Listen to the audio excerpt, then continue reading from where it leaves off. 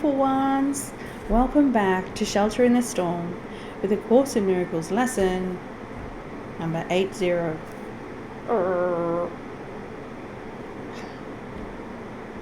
Okay, today we're finishing off part 5 of chapter 5, the ego's use of guilt.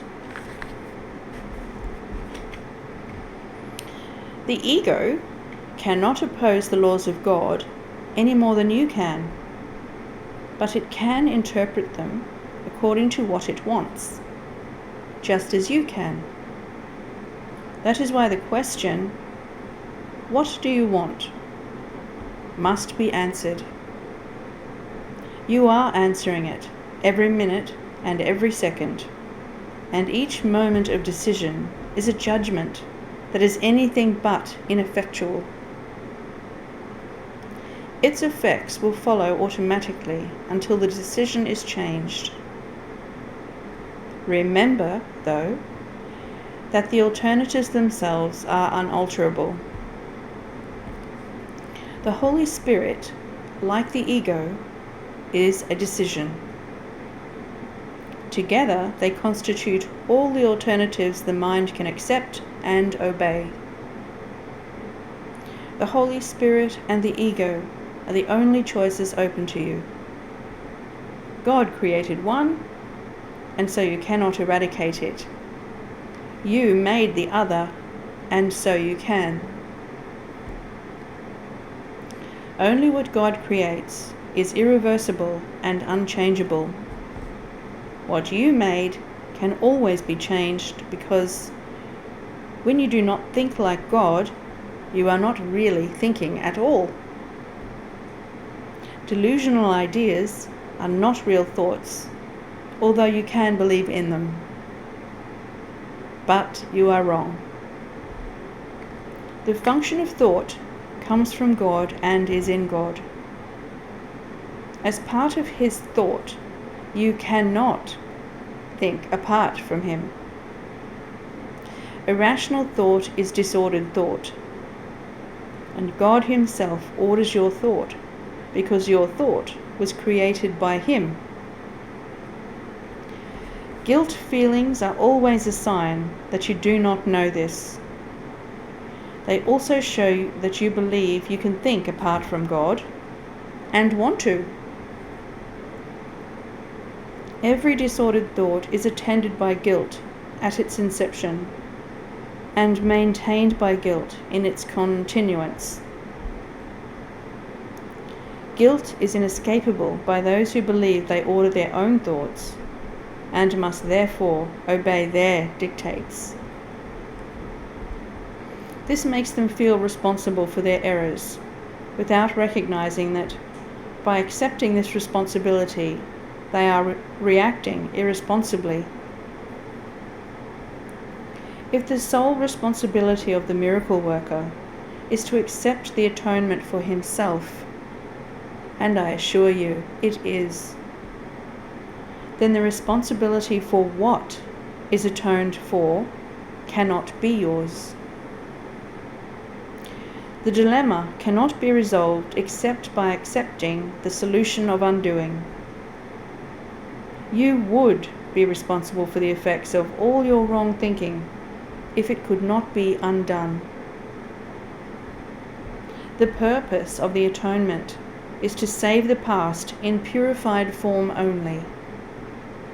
If you accept the remedy for disordered thought, a remedy whose efficacy is beyond doubt, how can its symptoms remain?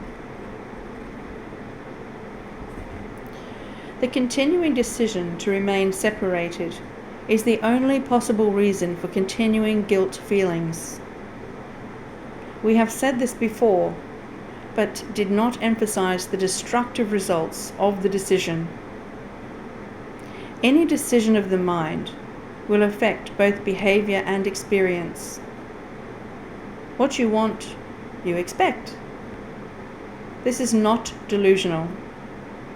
Your mind does make your future, and it will turn it back to full creation at any minute if it accepts the atonement first. It will also return to full creation the instant it has done so. Having given up its disordered thought, the proper ordering of thought becomes quite apparent. Yay! Okay, so that's the end of part 5, chapter 5. Now for our lesson. 80 matey. Let me recognize my problems have been solved. If you are willing to recognize your problems, you will recognize that you have no problems. Your one central problem has been answered, and you have no other. Therefore, you must be at peace. Salvation thus depends on recognizing this one problem and understanding that it has been solved. One problem, one solution. Salvation is accomplished. Freedom from conflict has been given you. Accept that fact, and you are ready to take your rightful place in God's plan for salvation. Your only problem has been solved. Repeat this over and over to yourself today, with gratitude and conviction.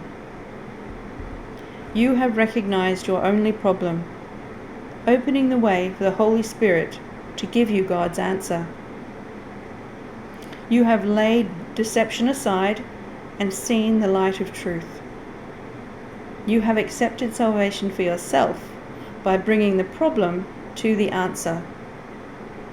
And you can recognize the answer because the problem has been identified. You are entitled to peace today. A problem that has been resolved cannot trouble you. Only be certain you do not forget that all problems are the same. Their many forms will not deceive you while you remember this. One problem, one solution. Accept the peace this simple statement brings. In our longer practice periods today, we will claim the peace that must be ours when the problem and the answer have been brought together. The problem must be gone because God's answer cannot fail. Having recognized one, you have recognized the other. The solution is inherent in the problem. You are answered and have accepted the answer. You are saved. Now, let the peace that your acceptance brings be given you. Close your eyes and receive your reward. Recognize that your problems have been solved. Recognize that you are out of conflict, free, and at peace. Above all, remember that you have one problem and that the problem has one solution. It is in this that the simplicity of salvation lies. It is because of this that it is guaranteed to work. Assure yourself often today that your problems have been solved. Repeat the idea with deep conviction as frequently as possible, and be particularly sure to apply the idea for today to any specific problem that may arise. Say quickly, "Let me recognize this problem has been solved." Let us be determined not to collect grievances today. Let us be determined to be free of problems that do not exist. The means is simple honesty. Do not deceive yourself about what the problem is, and you must recognize It has been solved.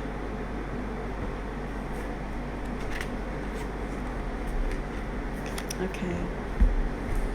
Now for Jesus' commentary on Lesson 80. Let me recognize my problems have been solved.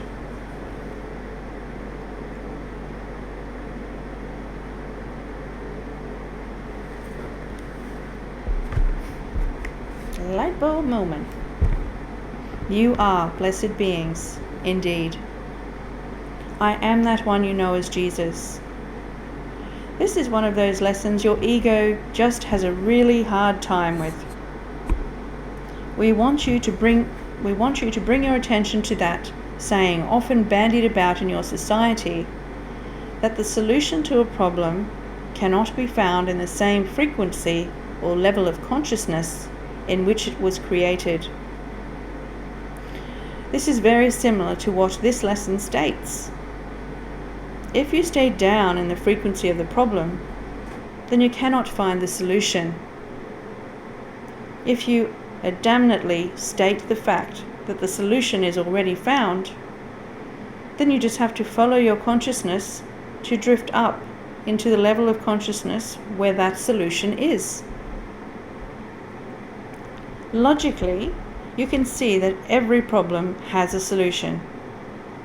Things can be solved, obviously. But where is that solution in relation to the people who have the problem? It is out of their realm of consciousness. This is one of the concepts to think about as you do this lesson.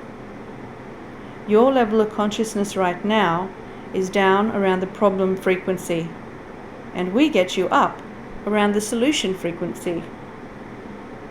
You do not get to the solution frequency by banging around in the problem frequency. Aim your consciousness up. Accept the problem as inevitably solved, and then find the solution. That is the truth.